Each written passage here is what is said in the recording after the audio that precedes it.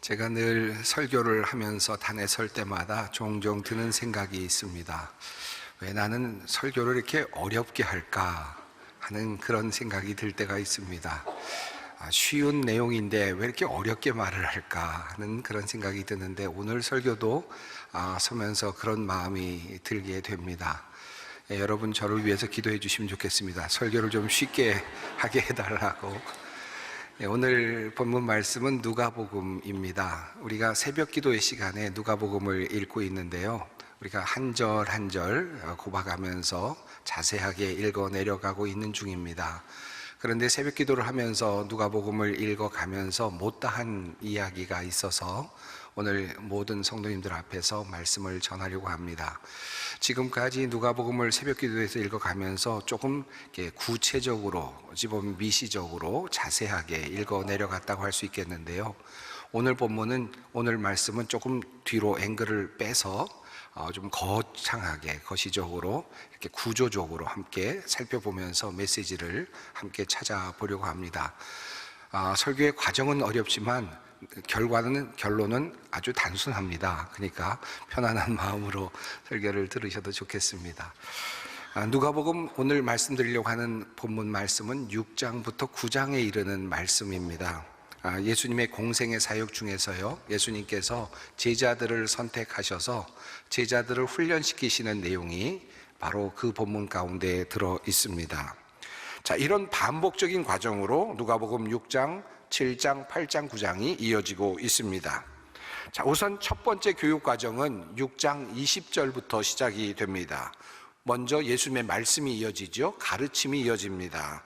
20절부터 복과 화에 대한 말씀이 있습니다. 이 내용은 마태복음에서는 산상수훈으로 알려진 내용인데 이것이 압축되어서 그 내용으로 들어 있습니다.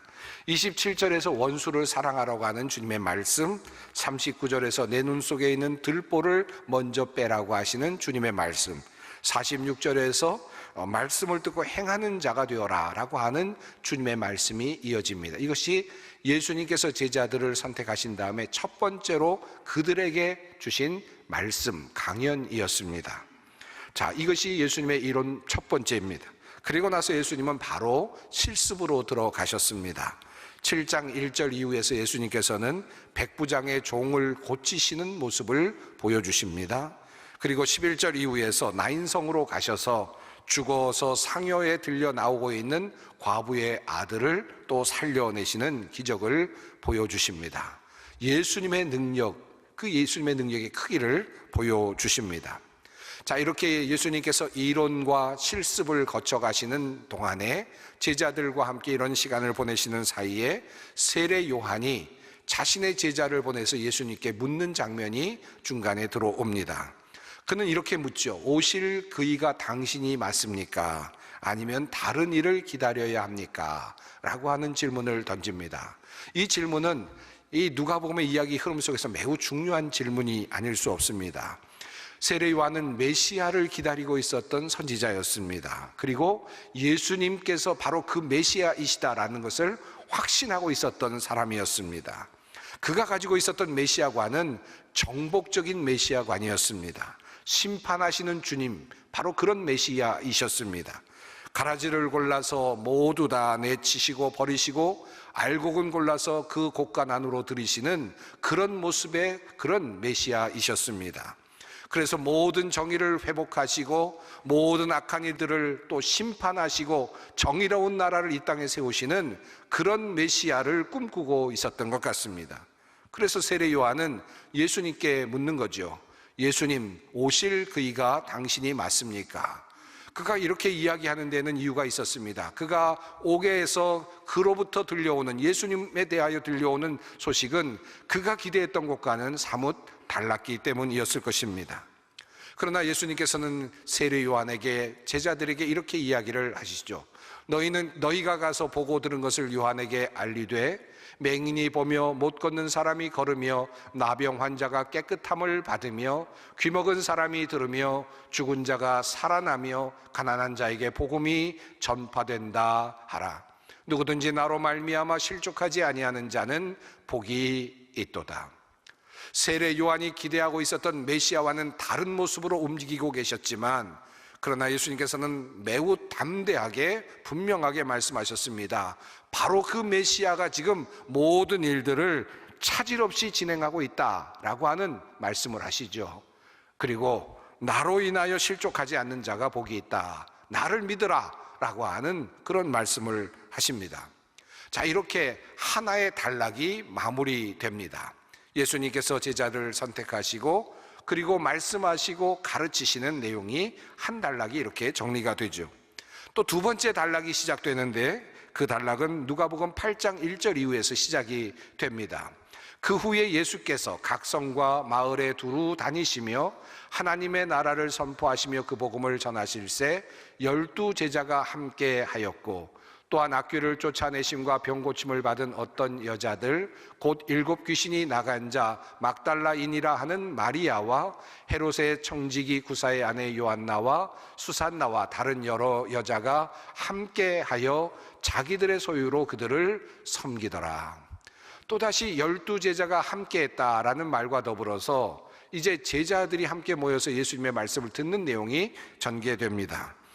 특이한 점이 있다면 여기에는 12 제자와 더불어 또 다른 여제자들의 이름이 거명이 되고 있다는 점입니다. 자, 이들에게 예수님께서는 이제 두 번째 단계의 교육을 시작하십니다. 우선적으로 먼저 말씀을 그들에게 주시죠. 그때 예수님의 말씀은 두 가지였습니다. 하나는 씨 뿌리는 비유였고, 또 하나는 등경 위에 든 등불에 관한 비유였습니다. 4가지 땅에 떨어진 씨, 그 씨앗에 대한 비유의 말씀을 모든 무리에게 하신 후에 예수님께서는 제자들을 따로 부르셔서 그 말씀의 의미를 분명하게 해석해 주셨습니다. 뿌려진 씨는 말씀이다 라는 것을 분명하게 하셨고, 그 말씀을 뿌리는 것이 바로 씨를 뿌리는 것이다 라고 하는 그런 내용을 구체적으로 설명해 주셨습니다. 이 제자들이 알아들을 수 있도록 그렇게 말씀을 하신 것이죠. 그리고 이어서 예수님께서는 또다시 실습의 과정을 또 거쳐 가십니다. 22절에서 예수님은 광풍이 일고 있는 갈릴리 호수에서 바람과 물을 명하여 잔잔케 하시는 기적을 보여주십니다. 예수 그리스도께서 어떤 분이신지를 제자들에게 드러내 보여주신 것입니다. 이후에 거라사로 가셔서 거라사에 있었던 거지이며 귀신 들린 자였던 그 사람을 귀신의 그 매임에서 풀어주시는 기적을 또한 보여주시죠. 그리고 다시 갈릴리 지역으로 돌아오셔서 12년간 혈류병으로 앓고 있었던 여인을 고쳐주십니다. 또 야이로의 딸이 죽은 것을 다시 살려내시는 기적을 보여주십니다. 이렇게 예수님의 실습 과정은 항상 마지막에는 죽은 자를 살리시는 것으로 마무리되곤 합니다. 첫 번째 교육 과정에서는 나인성 과부의 아들을 살려내시는 기적으로 마무리가 되고, 두 번째 교육 과정에서는 야이로의 딸을 살려내시는 것으로 또 이야기가 마무리됩니다. 두 번째 교육 과정에서는 그런데 한 가지가 더 추가가 됩니다. 예수님은 이제 제자들을 세상으로 보내셔서 복음을 전파하게 하시고 병든 자들을 낫게 하시고 귀신을 내어 쫓게 하십니다. 그때 그냥 내보내지 아니하시고 그들에게 그 능력과 권위를 주시고 그들을 내어 보내시죠. 예수님께서는 두 번째 교육의 단계에서 씨 뿌리는 자의 비유를 말씀하셨습니다. 그리고 나서 마지막에 씨를 뿌리는 그 실습을 세상으로 나가서 제자들로 하여금 하게 만드셨습니다. 그리고 돌아오는 내용이 바로 누가복음에 있죠. 그런데 다른 공간복음과는 달리 다른 공간복음에서는 제자들이 돌아와서 예수님께 있었던 일들을 장황하게 이야기하고 그리고 흥분한 그런 모습들을 비추고 있는 반면에 누가복음은 이런 이야기를 삭제하고 있습니다. 그 이야기를 함구하고 다음 세 번째 예수님의 교육의 과정을 이야기하기 시작합니다. 자, 세 번째 예수님께서 교육하시는 제자들의 교육의 과정은 기도하시면서 다시 시작이 됩니다. 그리고 예수님께서는 제자들에게 질문을 던지십니다. 자, 사람들이 나를 누구라고 하느냐? 그리고 나서 가장 중요한 질문을 던지십니다. 너희는 나를 누구라고 하느냐?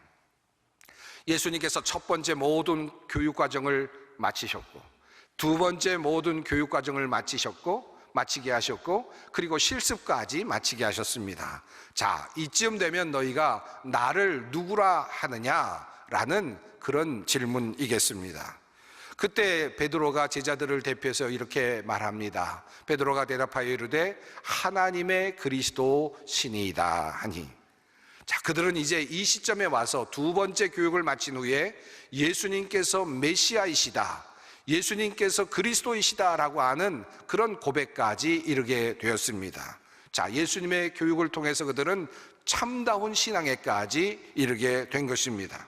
오늘 조금 더 깊이 보려고 하는 내용은 예수님의 교육 과정입니다. 다시 말하면 가르침이 어떻게 변화되었는가, 첫 번째 단계에서 두 번째 단계, 세 번째 단계에서 예수님의 가르침은 어떤 변화가 있는가 하는 것을 좀 살펴보려고 합니다.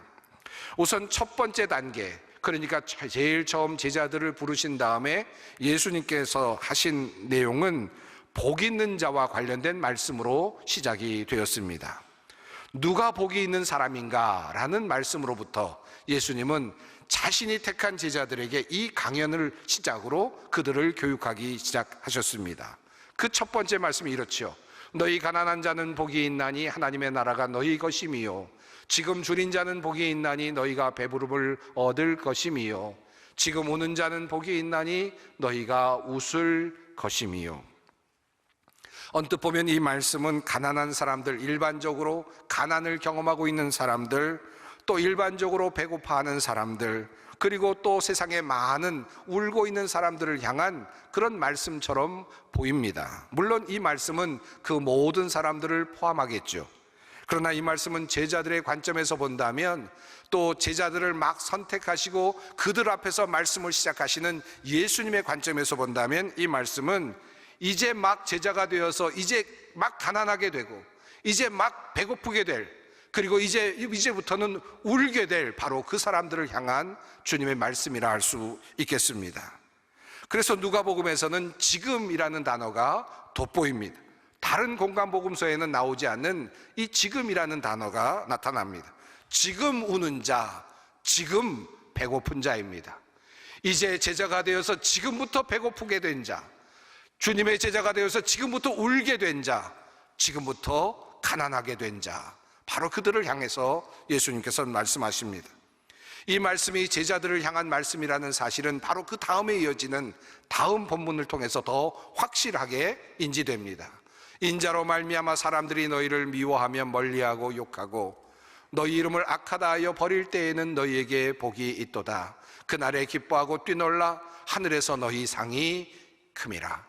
그들의 조상들이 너희 선지자들에게 이와 같이 하였느니라.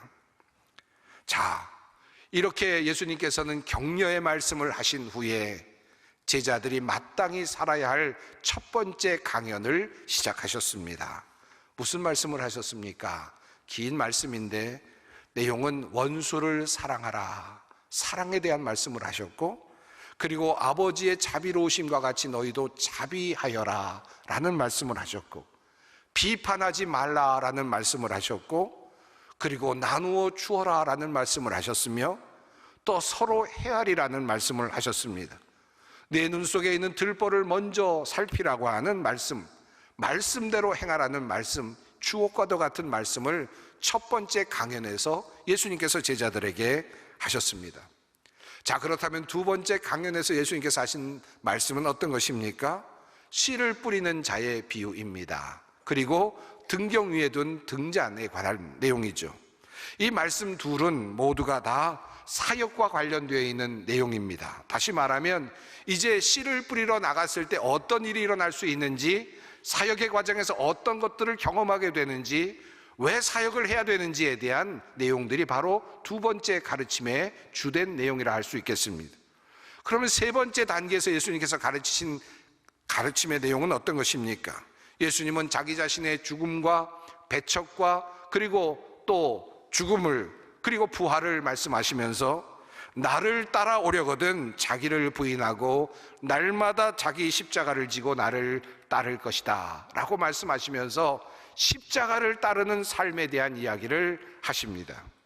다시 말하면 두 번째 교훈의 말씀과 세 번째 교훈의 말씀 속에는 어떻게 사역을 감당할 것인가, 어떻게 제자로서 그 사역을 제대로 감당할 수 있을 것인가에 대한 그런 내용이 담겨 있습니다. 어떻게 실천할 것인가에 관련된 내용이죠. 그런데 이 첫 번째 내용은 조금 다릅니다. 이 첫 번째 주님의 교훈의 말씀은 어떻게 무엇을 할 것인가에 대한 내용이 아니라 어떤 사람이 될 것인가에 대한 내용입니다. 이것이 주된 가르침입니다. 자, 우리는 이러한 예수님의 가르침의 내용을 보면서 누가 예수님을 따를 것인가에 대한 매우 중요한 관점을 얻게 됩니다. 예수님을 따르는 제자는 씨를 많이 뿌리는 제자이어야 하겠지요. 복음의 씨를 뿌리고 하나님 나라의 씨를 이곳저곳에 뿌릴 수 있는 그런 사람이 예수님의 제자이어야 하겠지요. 그리고 또한 예수님의 제자는 십자가를 지고 날마다 고난을 경험하며 살아가는 용맹한 제자이어야 하겠지요. 그런데 예수님의 말씀의 가르침의 방향은 분명합니다. 그 사역을 감당하기 전에 먼저 너희는 좋은 사람이 되어야 한다, 선한 사람이 되어야 한다라는 말씀입니다. 예수님께서는 제자들을 교육하시면서 가장 먼저 그 인성과 그 태도의, 삶의 태도에 대해서 먼저 이야기를 하셨습니다. 너희가 나의 제자가 되기를 원한다면 너희는 원수를 사랑하는 사랑의 마음이 있어야 한다. 나를 따라오려거든, 나의 제자가 되려거든 너희는 사랑이라는 것을 가져야 한다라는 말씀을 하십니다. 예수님의 말씀입니다. 그러나 너희 듣는 자에게 내가 이르노니 너희 원수를 사랑하며 너희를 미워하는 자를 선대하며 너희를 저주하는 자를 위하여 축복하며 너희를 모욕하는 자를 위하여 기도하라. 이것이 바로 제자의 삶의 태도라는 것입니다. 원수 앞에서 사랑을 할 수 있고 원수를 도리어 바라보면서 기도할 수 있어야 한다. 이것이 제자로서의 첫 번째 자격이라는 것입니다. 또 말씀하십니다. 너희 아버지의 자비로우심 같이 너희도 자비로운 자가 되라. 하나님의 자비를 너희가 실천할 수 있어야 한다라는 뜻이죠. 또 말씀하십니다. 비판하지 말라. 그리하면 너희가 비판을 받지 않을 것이요, 정죄하지 말라. 그리하면 너희가 정죄를 받지 않을 것이요, 용서하라. 그리하면 너희가 용서를 받을 것이요. 예수 그리스도의 제자는 비판하는 사람이 아닙니다. 정죄하는 사람이 아닙니다. 용서하는 사람입니다. 그리고 주는 사람입니다. 바로 이런 사람이 내 제자가 될 수 있다라는 말씀입니다. 헤아림 그리고 나눔입니다. 또 주님은 말씀하십니다. 먼저 내 눈 속에서 들보를 빼라. 그 후에야 내가 밝히 보고 형제의 눈 속에 있는 티를 빼리라. 자아 성찰이죠. 자기를 돌아볼 수 있는 능력이 있어야 한다는 것입니다. 이것이 바로 예수님의 제자의 바로 자격이라는 말씀입니다. 이 모든 것을 묶어서 예수님께서는 오늘 본문 말씀인 이 말씀을 하십니다. 선한 사람은 마음에 쌓은 선에서 선을 내고 악한 자는 그 쌓은 악에서 악을 내나니.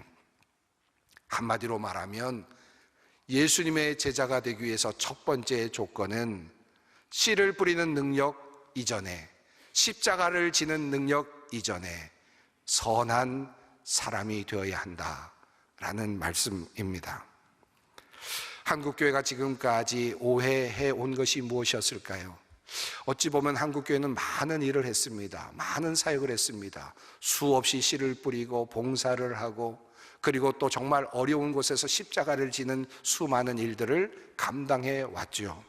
그럼에도 불구하고 한국교회가 세상 사람들에게 호감을 얻지 못하는 이유는 무엇일까? 그렇게 제자됨으로 나간 우리들의 삶이 온전했는가? 과연 선했는가? 과연 우리들의 모습은 어떠했는가? 우리들의 인격은 어떠했는가? 다시 돌아보게 됩니다.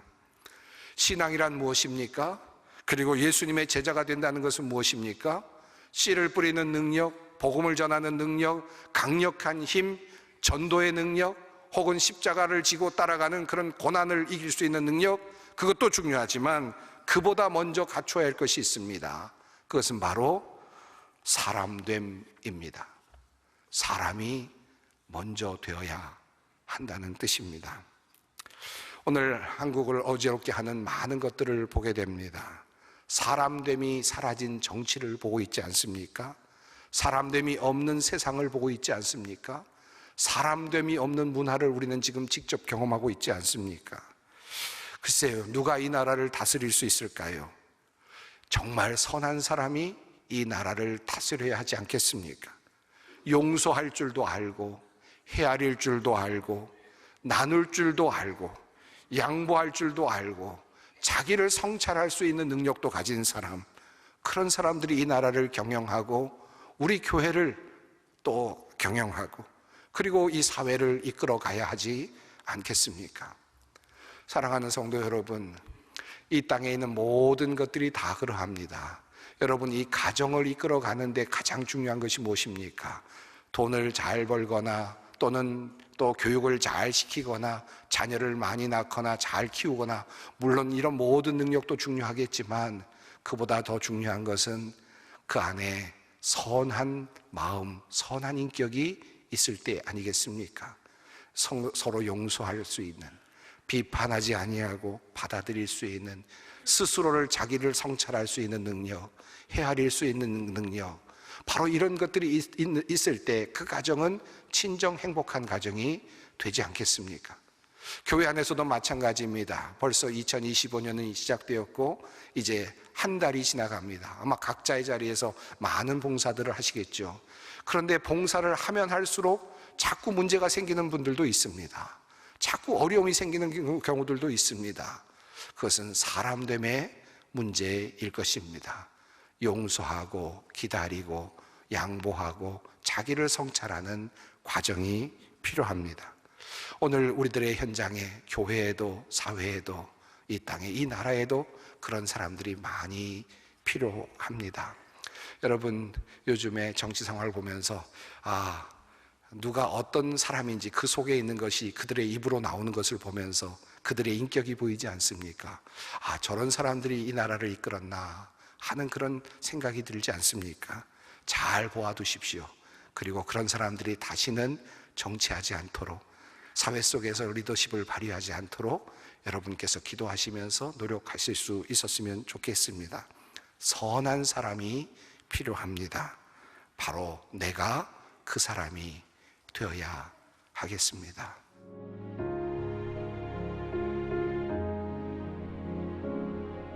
지금은 선교 헌금 시간입니다.